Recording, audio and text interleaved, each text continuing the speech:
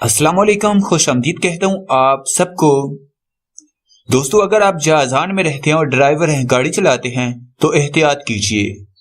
Jazan میں seat belt اور mobile خلاف ورزی کا ساحر سسٹم فعال۔ محکمہ ٹریفک نے کہا ہے کہ جازان میں سیٹ بیلٹ اور ڈرائیونگ کے دوران موبائل کے استعمال کی خلاف ورزیاں خودکار سسٹم کے تحت ریکارڈ ہوں گی۔ جازان ریجن میں خودکار سسٹم 5 دن کے بعد فعال ہوگا۔